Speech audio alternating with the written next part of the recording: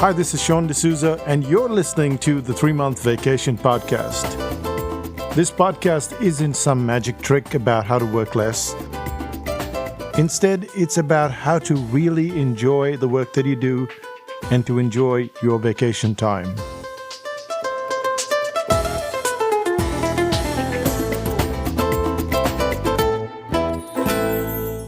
Hi, I'm Sean, and you're listening to the 3-Month Vacation.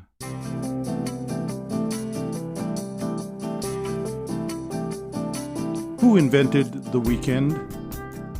If you look through your history books, you're not likely to find the weekend because people worked 7 days a week until the Minoans came along. Around 3000 BC, there was a civilization in the Mediterranean, on Crete specifically. And these guys, they decided, no more 7 days, we're going to take the weekend off. And what did they do on the weekend?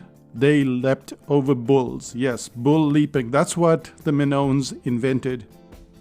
And that's apparently what started the weekend. But just like all superpowers that think they're going to last forever, the Minoans had their day and they were gone. But then so was the weekend. 40 hours a week, 8 hours a day. That was considered to be a utopian concept even as late as 1948. When the concept of the weekend was introduced in Australia, the president of the Victorian Chamber of Commerce, Mr. Cecil Mackay, criticized the policy change as a dangerous experiment. He called it an Alice in Wonderland reasoning. And he wasn't alone. Even in progressive countries like Canada, the weekend only became law in 1960. Today we take that weekend for granted, but at one point in time, it was a very contrarian concept. And similarly, in your business, you're going to find things that seem very contrarian right now. But just like the weekend brings better results for your life and for your work, these contrarian aspects can change your business as well.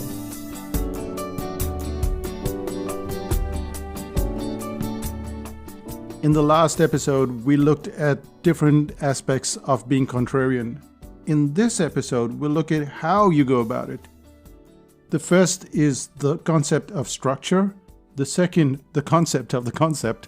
And finally, how do these two intermingle? Do they both need to exist? Let's find out. Let's start with category number 1, namely structure. Almost any product, service, or training has a form of structure. A book with 200 pages is a form of structure. A workshop that goes from 9 a.m. to 4 p.m., that's a form of structure, isn't it? A desk is a desk, a chair is a chair, until it starts to get reframed.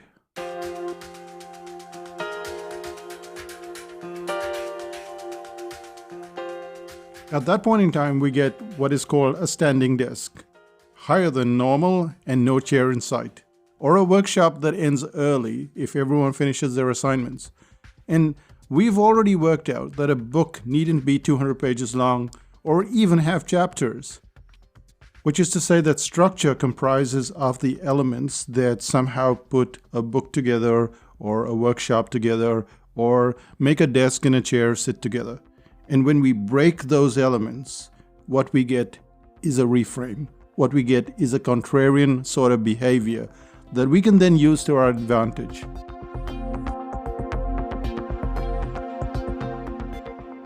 When you reframe structure, you are likely to get a slightly different method of going about things. Almost all innovation around you is merely a method of breaking apart that structure, and the way to break that structure and to get contrarian is to make a list of what you do and then re-glue everything together in a completely different way. To understand this concept of structure, we have to take an example. Here's an example of what we do at Psychotactics. When we started our earliest workshops, the structure was as rigid as everyone else's system. So we'd start at 8:32 a.m. Well, not everyone started at this weird time, but we'd start at 8:30 and then we'd go till 4:30. We'd have small breaks, we'd have big lunch breaks, and then I'd talk almost endlessly. Very early in the process, I noticed people looking towards the door and looking at the exit sign. If clients were so intent on leaving the room, how about breaking that structure? How about conducting most of the workshop outside the room? Which means that if you get to a psychotactics workshop today, you will find that you're spending most of the time outside the room. The slide material that we have is only enough to cover maybe half a day. And after that, you're working on whatever it is that you're learning, so that you don't have to go home and work out things yourself. Instead, you do all the stuff that you require at the workshop itself. What's happened here is a workshop has been taken, a normal workshop, go from 8:30 to 4:30, have slides, have a speaker, and that structure has been moved around. It has been reframed. You can say it has become more contrarian in nature. Instead, it is now doing something which is very unusual. Instead of all the work being done indoors, clients can go for a walk, they can head to the pool, they can do whatever they please as long as they return back at a pre-arranged time. Even the timings are not fixed. On the first day, the breaks are generous. But as the clients get tired on day 2 and then day 3, their breaks are extended even further.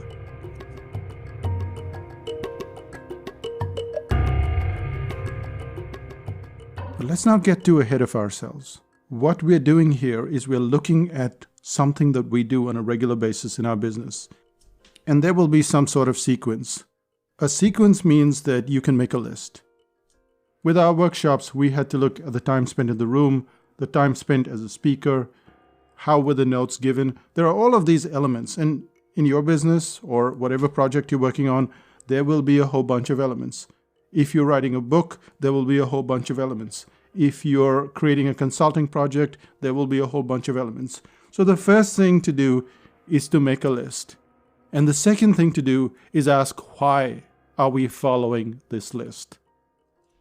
To give you an example, in the article writing course, we have notes and we have audio. But a lot of courses also have video.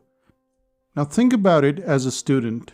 You've got audio, you've got video, and you've got text. And that's so much information to process. Some of us might just deal with the text and not bother with the audio and the video. But for those that want to get a comprehensive view, everything becomes important. We looked at the list of elements and decided, why don't we give the video as a summary? Instead of this long 30-minute, 45-minute lecture, why don't we just put it as a summary? And this is kind of very contrarian. There's going to be audio and there's going to be text at the beginning, like everybody else. But now the video becomes a summary. And clients love it. They love the fact that there is this change. They go through the assignment. They look at the video as a summary. They also love that they can leave the room and go for a walk and that they don't have to listen to slides so much in a workshop. All of this stuff starts with a list. If you're writing a book, why write a book the way everybody else has? How can you have fewer chapters? Maybe the chapter is just 1 paragraph long. I have a book here in front of me, The War of Art by Stephen Pressfield. And as I open it, there are so many chapters that just go for a page and a little, and a page and a little. And some of them go for 3 pages, and some of them are just 3 lines. There's just 3 lines for the paragraph. And that is contrarian. That's different because it's reframing the way a chapter is supposed to look. It doesn't always have to look the way it's always been. So first start with a list, and then break it just a little bit. And that brings us to the end of the first part of this episode. This takes us to the second part, which is the concept.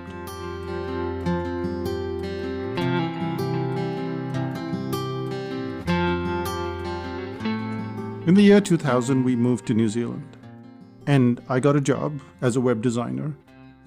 There was nothing contrarian about that job. You went to work at 9 o'clock, you left at 5 o'clock. It was kind of business as usual. But when we started out psychotactics, for some weird reason, I decided that we're going to have 3 months off. You think about it for 1 second. A business that has 3 months off every year would soon find itself struggling to survive.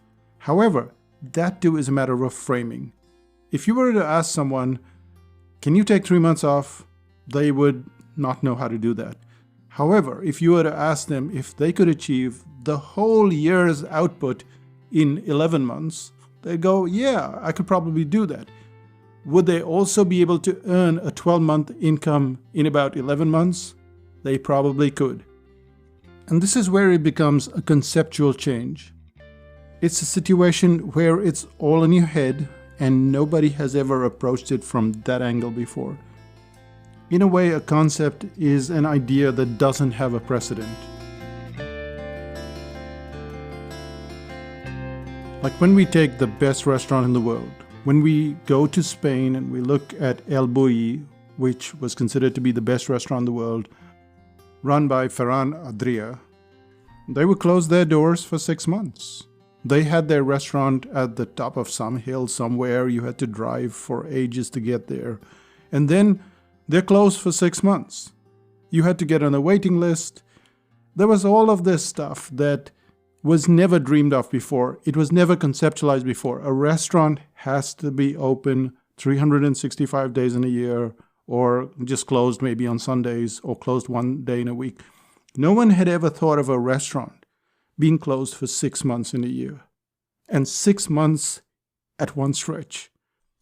And as you know from the last podcast, one of the reasons why you get so much publicity, or at least so much attention from your clients, is because you're different, because you're standing out, because you're so contrarian in nature, or if you don't like the word contrarian, because you're reframing the way you look at things.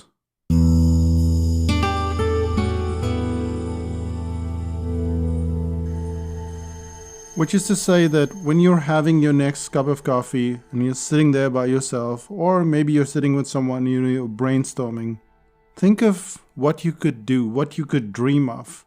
What would make your business or your project or that book you're writing, what would make it different? How could you approach it from a completely different point of view? It doesn't have to be dramatically different, it just has to be marginally different. What we've covered so far are two elements. The first is the structure, and the second is the concept. And this takes us to the third part, which is what is the difference between the structure and the concept? Are they really different? Many years ago, on one of our walks, Renuka decided that we were going to send chocolates to clients. Now, if you ever send a chocolate to a client or to anybody, you know that you have to put it in an envelope and it's bulky and it costs a lot of money. Now, make it a little more complex and send it across the world. And what you have is a lot of postage and a lot of paperwork and a lot of stuff that you have to do. Wouldn't it be simpler to just send the chocolate from some automated service that prints out the labels and does all the work so that you don't have to do it, and then it saves a lot of time and a lot of money? And you go, no, that's not the way I would like to receive chocolate from someone. I would like to see some handwriting on the envelope. I would like a little note inside with the chocolate. And I would like that chocolate to come from New Zealand.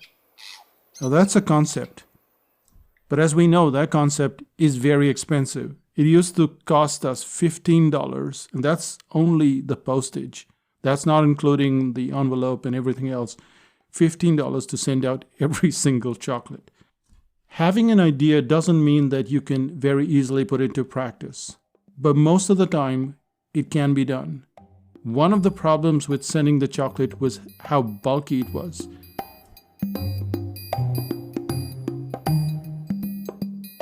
At the post office, they have these little devices where they check the bulkiness of a package and then they decide, okay, you're going to pay a lot more. What we had to do was get chocolates that were still good, still from Whitaker's, which is what we send it from, but now a lot thinner so that they didn't become as bulky. And so that problem got solved. It took a couple of years. What we have here is the concept and the structure. The concept is that we're going to send out chocolate all the way from New Zealand with handwritten notes, but then we have to break the structure a bit. And this takes time. When we started out with our workshops, we did the workshops exactly like everybody else. When I started writing notes for workshops and courses, I would try to get to 200 pages every single time. You start off with whatever everybody else is doing, and then you go, wait a second, how can we make this slightly different? Because you list the elements, and then you break some bits, and you find that it's a lot better. Or you move it around. Whatever you do, you're reframing it, and in doing so, it becomes contrarian in nature. Trying to figure out whether it sits in the structure box or the concept box, well, we don't really know. But most of the times, you think of the idea, you create a list of elements, and then you go about breaking some of them. And that's how you reframe. That's how you create something that's contrarian in nature. Which of course brings us to the end of this podcast, which was very rigid with the 3 parts. But yeah, it brings us to the end of this podcast. Let's find out what one thing we can do today.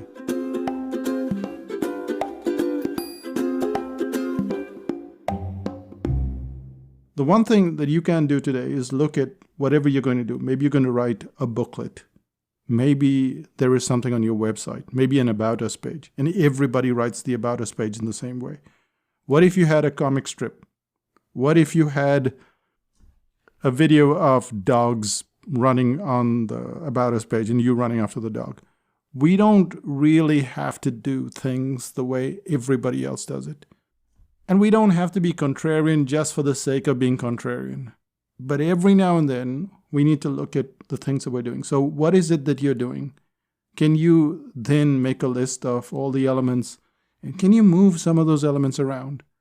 Instead of sending notes and audio and video, can you send the video at the end? Can the video be a summary instead of just being more notes and more information? That's kind of the approach that you might want to take today. But let's find out what's happening in psychotactics land.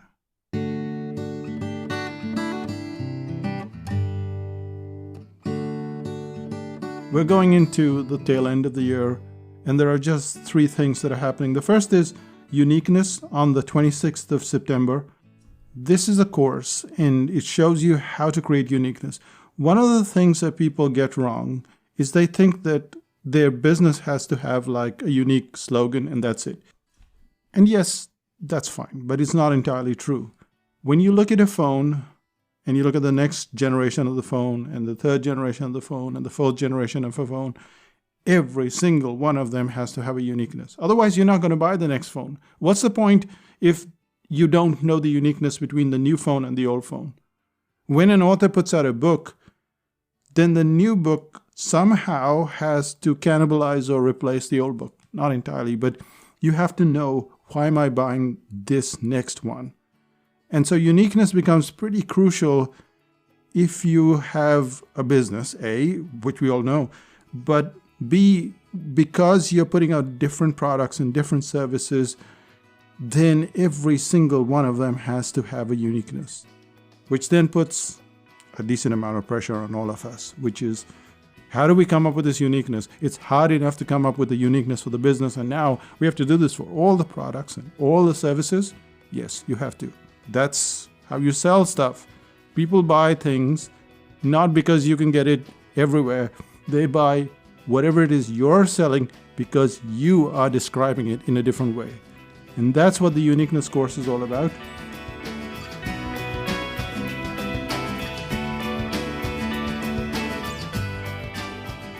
To get more information, go to psychotactics.com/ugoodies. So that's just ugoodies. And what you get are goodies, and you also get put on the waiting list. Now, we only send out 2 people on the waiting list, and of course, members of 5000 BC. So if you're a member of 5000 BC, go on the waiting list anyway, because that'll help you get the goodies. You can start to read and figure out for yourself how the notes are being structured, and it's pretty good. So go there to psychotactics.com/ugoodies.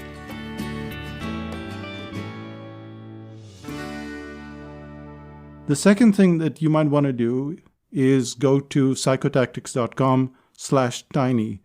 And there are tinier products, smaller products, and you can take your pick from them. A lot of monumental changes start with these very little tweaks that we make that at first seem very contrarian in nature, but then they're just amazing. For instance, chaos planning. Most of us plan like we've always planned, and now there is a book talking about how to use chaos to your advantage, to make chaos your friend, not your enemy, but your friend. So these are little things that matter, and go to psychotactics.com/tiny and then decide for yourself. And finally, if you want to be part of a community and you're going, oh, not another community, well, 5000 BC is a place where you have to be kind, be helpful, or be gone. I think that a lot of people wait because they've not had such great experiences with a membership site, or they've had no experience with a membership site, and they think, I'm not going to use it. You'll find 5000 BC to be remarkably different. So go to 5000bc.com, and I think you'll enjoy it there. And that's me from Psychotactics Land saying bye for now. Bye-bye.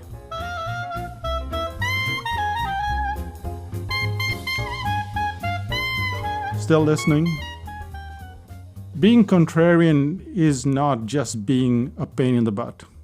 I had a friend, Nirmala, and we were teenagers at that point in time, and we would go for picnics every now and then. And of course, you run out of picnic spots. I mean, how many places can you find? Well, we'd come up with a list, and she would shoot every single one of them down. And for a while, you kind of take it, and then you get annoyed. You go, how about you come up with a suggestion? And she said, no. I'm only here to shoot down everything that you say. That's not being contrarian, and that's very frustrating. In such a situation, you're better off coming up with the ideas and implementing them yourself, or at least in a different space or a different scenario. But I just wanted to tell you that, yeah, this person drove me crazy. Don't be a crazy person. Be slightly different, just moderately different. And that's the end of this podcast, which is number 2 in the series. If you haven't listened to the first one, go and listen to that. There's a third one coming up, which is bringing this whole contrarian language when you're dealing with clients. That's the next part. I'll say bye for now. Bye-bye.